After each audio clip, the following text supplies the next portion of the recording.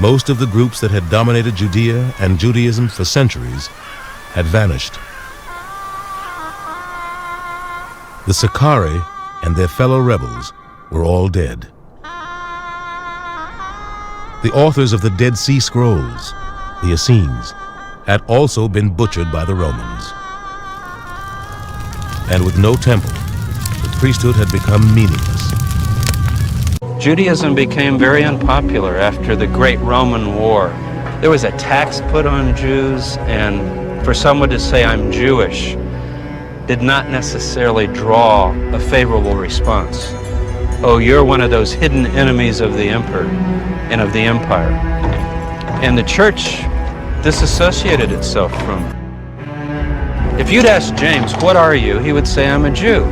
I follow the God of Abraham, and I follow the leadership of my teacher, my brother Jesus." The stunning success of the rebels forced the Romans to withdraw from the region.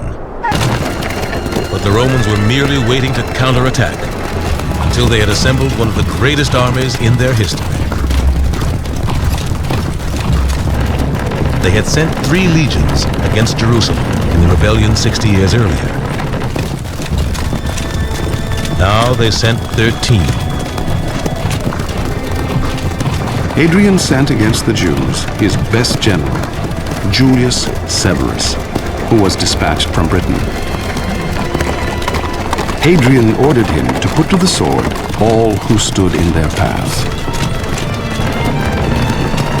Rome responds to Bar Kokhba by throwing masses of its military force into the fray.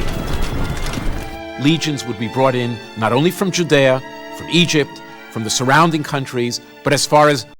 And much was decided by contemporary politics. The selection would need to have a wide appeal and exclude what made it unpalatable for Gentiles.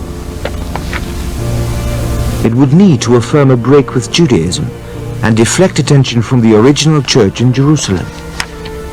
And ideally, it would transfer any blame attached to Rome in the death of Jesus to the Jews. Thus, Jesus becomes almost a non-Jew. The only form of messianism Rome was willing to live with was the form we now call Christianity, that later was in fact adopted into the Roman Empire in the way that we know it after 300 years. The only form of Judaism Rome was willing to live with is the form of Judaism we now know, and these are the implications for Judaism. That is Rabbinic Judaism, Pharisee Judaism coming into Rabbinic Judaism. Now the implications for Judaism are as extreme as the implications for Christianity. He said he was the prince that was promised to unite the realm. What? I desire peace as you do, but to possess... Did my father use those words? Did he?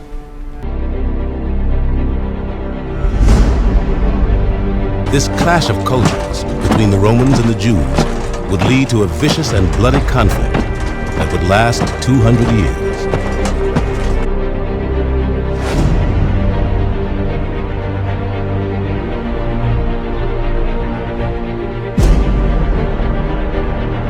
The concept of the Davidic Messiah as the warrior king who would destroy the enemies of Israel and institute an era of unending peace constitutes the common core of Jewish messianism around the turn of the era.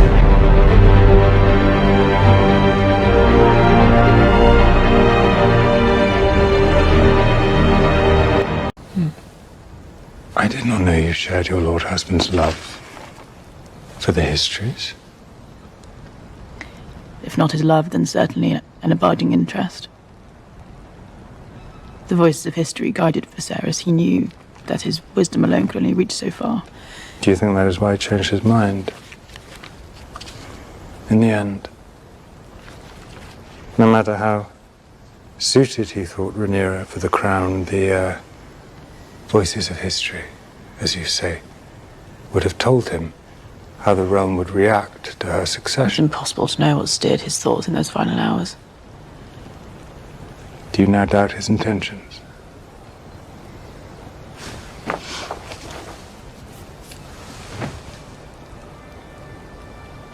Rhaenyra's supporters will believe what they wish, and so will Aegon's. The war will be fought. Many will die. and the victor will eventually ascend the throne. The significance of Viserys' intentions died with him.